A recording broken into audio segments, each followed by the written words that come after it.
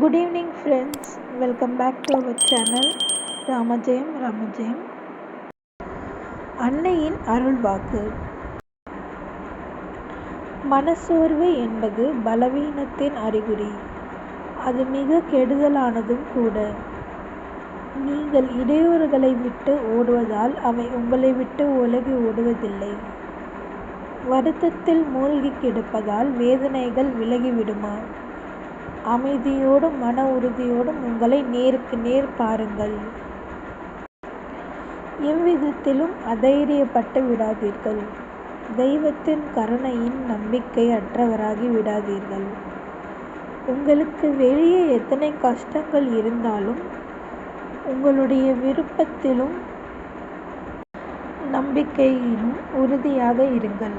இந்த இரகசிய ஆற்றல் உங்களை வழி நடத்தும். ஒருவர் பாதையில் இருந்து பின்வாங்குகிறார் என்றால் அது தற்போதைய வாழ்க்கைக்காகவே இருக்கும். ஒரு சிறிய பின்னடைவு அல்லது தயக்கமாக அது இருக்குமானால் அவர் மீண்டும் தொடங்க முடியும். ஆனால் முன்னைவிட 10 மடங்கு சிரமமாகவே இருக்கும். ஏன்? தடைகள் தான் காரணம். தம்முடைய கோழைத்தனத்தாலும் பலவீனத்தாலும் அவர் ஏற்படுத்தி தடைகள். தம்முடைய பாதையை ஒருமுறை இழந்தவர் மீண்டும் அதனை கண்டுபிடிப்பது கடினம்.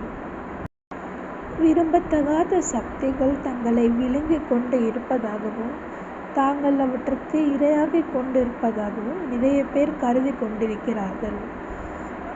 ஆனால் துணிவுள்ளவர்கள் போராடுகிறார்கள். மற்றவர்கள் புலம்பி தீர்க்கிறார்கள். இறைவா, ஒளியும் சூடும் தரும் தீயையும் தாகம் தணிக்கும் ஊற்றையும் நிழலும் காப்பும் தரும் மரத்தையும் போல நான் இருக்க அருள்வாய்.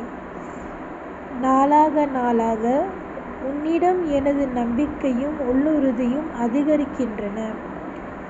ஒவ்வொரு நாளும் உன் பிரேமை, அதாவது அன்பு என் இதயத்தில் பொங்கி பொழிகிறது.